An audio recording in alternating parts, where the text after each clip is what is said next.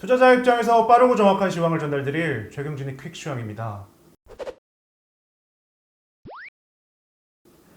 오늘도 계속 암울한 시장이 연속되는 것 같습니다. 어떠셨나요? 네, 오늘 시장은 수학 시험 시간에 시험지를 받아드니까 이게 국어 시험인지 수학 시험인지 구분이 안 가는데 마음을 다잡고 시험 문제를 이제 풀어보려고 하는데 선생님께서 10분 남았다고 그러네요. 오늘도 바로 질문 드리겠습니다. 오늘 시장도 여전히 반등의 여지가 없었던 것 같습니다. 우리나라가 유독 하락이 심한 것 같은데 왜 그런 걸까요? 오늘 일단 시장 하락할 때 나온 매물들이나 아니면 시장의 흐름이 이제 우리나라 시장이 유독 하락이 큰 이유가 되지 않을까 싶은데 보통 지수가 빠지고 주가가 빠지면 개인들은 매수로 잡히게 되거든요. 왜냐하면 싼 가격에 매수를 보통 걸어두기 때문에 주가가 이렇게 떨어지면 매수량이 자동으로 증가를 하게 되는데 오늘 뭐 코스피 시장에서는 개인들이 매수가 늘어났는데 코스닥 시장에서 주가가 빠졌음에도 불구하고 개인들이 매도로 잡혔다. 그런데 뭐 코스닥 종목 중에서 유독 이렇게 강세를 띈 업종 자체는 없어요. 오른 종목들은 몇 개가 있긴 한데 그것들 때문에 매도가 그렇게 많이 잡혔다라고 설명하기는 좀 어렵지 않을까 싶은 거죠. 네, 그렇다면은 주가가 이제 하락하면서 매물이 나온다. 예, 이건 보통은 뭐 손절성 매물이라고도 할 수 있고 아니면 신용이나 담보로 잡혀있던 그런 것 때문에 매도가 강제로 나오는 것일 수도 있고 네, 미리 청산하는 것일 수도 있고 하여튼 그런 매도가 나오고 있다. 예. 수급상의 문제이기도 하고 그리고 유독 우리만 빠져야 할 이유는 없는데 우리나라 파생시장 때문에 우리나라 시장이 다른 나라들에 비해서 조금 변동성이 더 크게 나타나는 경우가 많기 때문에 뭐 그런 정도로 해석하면 될 것 같습니다. 금요일 날 미국의 경제 지표 같은 경우는 좋았어요. 뭐 개인 소비나 그리고 ISM 제조업 지표가 나왔는데 이것도 뭐 61.1이 나와가지고 좋았고 그리고 뭐 그 제조업 고용, 가격, 뭐 주문 이런 것들도 나쁘지 않았거든요. 거기다가 이제 금요일 날 머크라는 제약사가 그 알약 코로나 치료제 그 임상 3상 중간 결과를 발표를 했는데 이게 증상이 아주 이렇게 심해지거나 아니면 사망자가 거의 제로로 나왔어요. 네. 그것 때문에 이제 그때 주가가 이 회사 주가가 많이 올랐는데 뭐 그런 영향으로 금요일 날 미국 시장은 올랐는데 어제 많이 빠졌잖아요. 어제 또 많이 빠진 이유는 물론 지금 부채한도 그게 뭐 가장 큰 이유고 페이스북이 장중에 좀 급락을 했는데 서비스가 중단됐어요. 근데 뭐 네트워크 장비의 설정을 잘못 변경해가지고 그렇게 됐다. 뭐 그렇게 나중에는 그렇게 답변이 나오긴 했는데 뭐 그런 것도 갑자기 물려가지고 예. 악재가 물려가지고 이게 나스닥 쪽이 좀 많이 빠지지 않았나 싶은데 뭐 어제 홍콩 시장 같은 경우는 한 2% 넘게 하락을 했었거든요. 그게 뭐 헝다의 그 자회사 하나가 장중에 거래가 중단됐어요. 그래서 이제 거래가 중단되니까 이렇게 빠졌는지 뒤에 나온 뉴스는 그 다른 부동산 개발 업체가 그 헝다 그쪽에 부동산 개발 업체에 지분을 51% 취득한다 그래서 이 두 개 회사가 동시에 거래가 중단된 거거든요. 네. 지금 헝다가 추진하고 있는 149개의 그 지방 부동산 개발 사업 이거를 지방 정부나 아니면 다른 회사들이 국유기업이나 국영기업들 이런 쪽에서 다 인수나 아니면 자체적으로 따로 관리를 하고 있기 때문에 헝다의 문제는 뭐 크게 문제가 안 될 것 같다라고 보시면 될 것 같고 그리고 오늘 뭐 또 회사 하나가 저기 부채를 못 갚아가지고 뭐 뉴스가 되긴 했는데 뭐 그 회사는 규모가 크지 않기 때문에 시장에 큰 영향이 없을 것 같고 오늘 홍콩 시장은 상승세로 일단 전환이 돼 있다라고 보면 될 것 같고요. 오늘 악재가 너무 많기 때문에 원래 이렇게 안 좋을 때 악재가 이렇게 많이 나오거든요. 예. 아침에 우리나라 시장이 70포인트가 빠질 때 그때 외국인의 매도는 2천억을 이제 막 넘어가던 거의 3천억 정도 될 때였어요. 네. 매수가 없다는 얘기입니다. 금요일처럼 매수가 없어요. 오늘 기관들이 매수를 하긴 했는데 뭐 적극적으로 매수를 한 것도 아니고 그리고 코스닥 시장도 동시에 그때까지 9시 반에서 11시 반 사이에 매도가 집중됐거든요. 2시간 동안.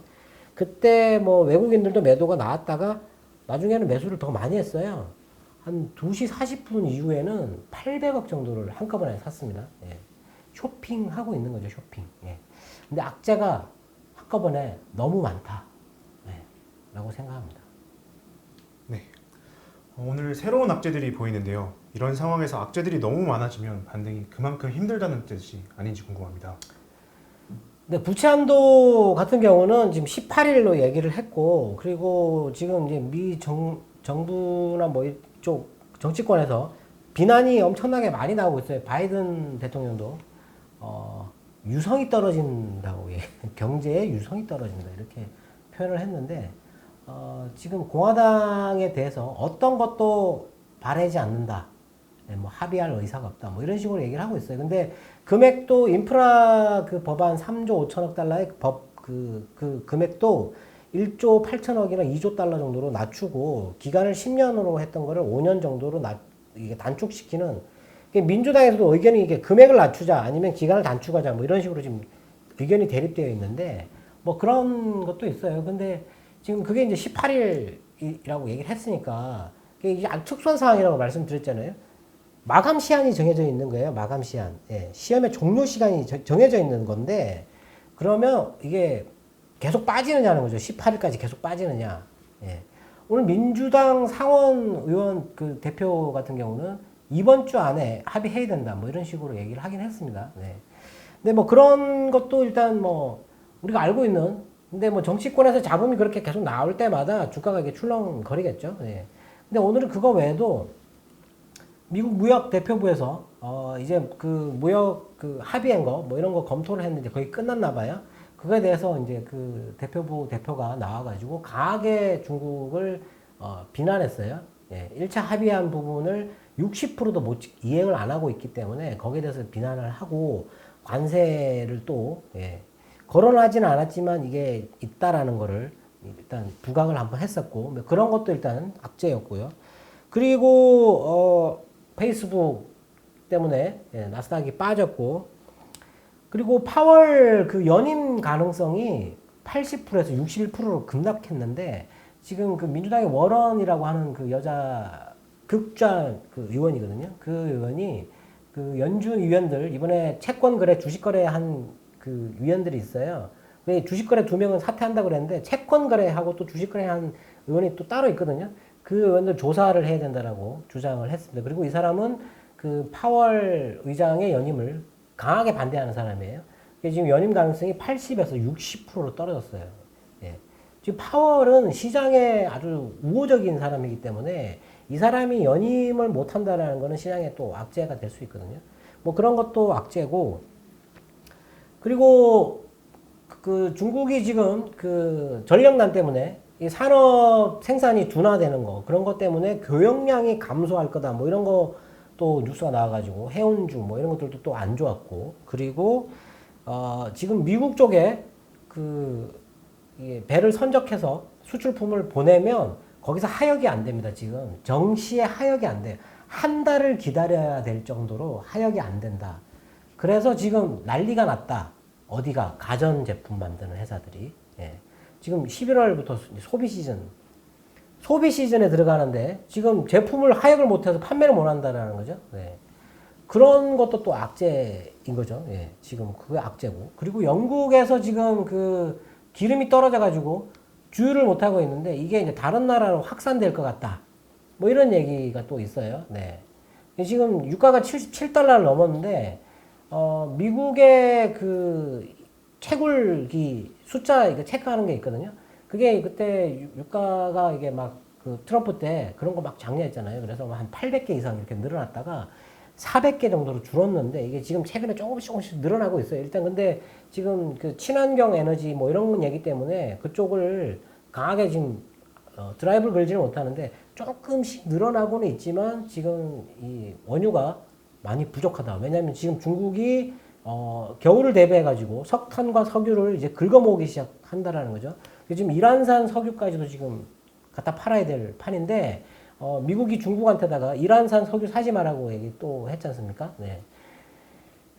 가스도 마찬가지고 지금 러시아가 지금 우크라이나를 통과하는 가스관 공급을 중단을 해버렸어요. 또 그런 문제 때문에 또 가스 가격도 뛰는 거고. 예.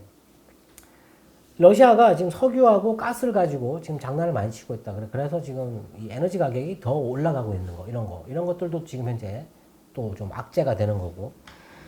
그리고 우리나라만의 문제, 네. 최근에 뭐 대출 규제 많이 하고 있는데, 이게 신용이나 담보대출 부분, 오늘 같은 경우가 이제 코스닥에서 그런 효과가 나타나는 게 아닌가 우려될 정도의 그런 매도가 있었다.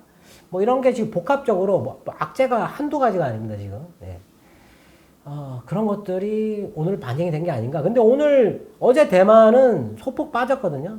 금요일날 시장이, 미국 시장이 올랐는데 어제 대만 소폭 빠졌는데 미국 시장은 많이 빠졌잖아요. 근데 오늘 대만이 반등을 했어요. 반등을. 네. 홍콩 반등했고, 베트남은 오늘도 올랐어요. 네. 거의 뭐 베트남은 제자리에 있습니다. 러시아는 지금 신고점을 계속 경신하고 있고, 이머징 채권 스프레드, 채권 금리 차이, 그게 9월 중순부터 이렇게 2.7% 정도 되는데, 그게 지금 현재 2.93까지 올라와 있거든요. 최근에 이렇게 좀 약간 가파르게 올라오고 있는데, 헝다 때문에, 그렇죠. 미국 하이힐드 쪽은 거의 이렇게 많이 올라오지는 않고 있어요. 네. 그리고 최근에 연준의 자산이 그 8조 4,900억 달러 정도까지 늘어나다가 한 500억 달러가 줄었어요. 네. 시장이 내다 팔았다는 얘기잖아요. 네. 그래서 금리가 오르고 있다. 그렇게 보이는 거죠. 그러니까 어제 미국 시장이 많이 빠졌는데 금리는 오르고 달러는 떨어졌어요. 달러가 이틀째 빠졌거든요. 네. 이런 현상이 좀 드문 경우인데, 하여튼 뭐 시장이 어떤 그 공포감이나 위험을 키울 만한 어떤 그런 징후는 보이지 않는데, 주식 시장만 지금 등락을 하고 있고, 그 중에서 우리나라만 너무 심하게 빠지고 있다. 네. 그렇습니다. 네. 오늘은 지수의 저점과 매수 타이밍에 대해 한 말씀 해주시죠. 근데 이제 매수를 생각해 봐야 되는데, 많은 분들이 18일이니까 18일 근처 가서 사야 되는 거 아니냐 이렇게 생각하시는데, 한번 생각을 해 보십시오. 돈을 크게 많이 이제 들고 있는 운용사가 이게 팔았어요. 고점 떨어지기 전에 이렇게 떨어지면서 이렇게 현금화를 했는데, 그게 이제 지금 이제 뉴스를 보면서 이게 사실 정치적인 이슈이기 때문에 언제 타협을 할지 알 수가 없는 상황이거든요. 예. 그럼 18일까지 기다릴까요, 그 사람들이? 그걸 한번 생각해 봐야 되거든요. 예. 분할해서 매수를 시도를 할 겁니다. 오늘 제가 금요일날 말씀드렸는데 막판에 이렇게 매수가 늘어난다고, 앞으로 계속 그렇게 간다고, 주가가 빠졌다가 막판에 이렇게 줄어든다고. 예. 오늘도 막판에 선물도 그렇고 주식도 그렇고 살짝 매수를 늘리는, 제 저점에서 계속 매수를 해가는 거죠. 그런 매수를 해야 된다라는 거죠. 예. 지금 오늘 2940포인트까지 내려갔는데 그냥 뭐 기술적으로 차트상 2930이 1차 지지선으로 보이는데, 이게 깨지면 2870 정도까지도 볼 수 있습니다. 근데 제가 볼 때는 그까지 내려가겠나 싶기도 하거든요. 예. 근데 오늘 같은 아침에 70포인트 빠질 때는 일단 매수를 해야 되는 타이밍이에요. 제가 생각하기에는. 그래서 아침에 저는 매수를 뭐 일부를 좀 했는데, 그렇게 매수를 조금씩 해가야 된다. 왜냐면 이거는 경기 흐름상의 저점을 찾는 게 아니기 때문에 갑작스럽게 돌변할 수 있다. 그러니까 상원 그 공화당과 민주당 수장들이 갑자기 어떤 타협점을 찾았다. 그러면 끝나버리는 거거든요. 끝나버리는 거. 그 외에 나왔던 악재들 있지 않습니까? 그런 거는 뭐 시장에 지금 현재로서는 크게 영향을 줄 수 없다. 그리고 많은 분들이 주가가 빠지니까 막 더 빠진다, 이제 끝났다, 상승 시장은 끝났다, 뭐 스태그플레이션이다, 뭐 이런 얘기를 하는데, 지금은 떨어지면 무조건 사야 됩니다. 지금 주식 지금 아직 멀었습니다. 아직 갈 길이 아직 멀었다고 보거든요. 네. 화폐량, 풀려있는 화폐량, 물가 이런 거 오르는 걸 보면 아직 갈 길이 멀다. 근데 물가가 너무 높아가지고, 이게 높은 게 금리를 중앙은행이 올렸는데도 불구하고 이게 제어가 안 되면 그때 충격이 발생을 합니다. 그때. 근데 지금 아직 그런 시도를 아직 하진 않았어요. 네. 그리고 지금 전망이 내년 상반기까지는 물가가 높을 것 같다라고 얘기를 했잖아요. 네.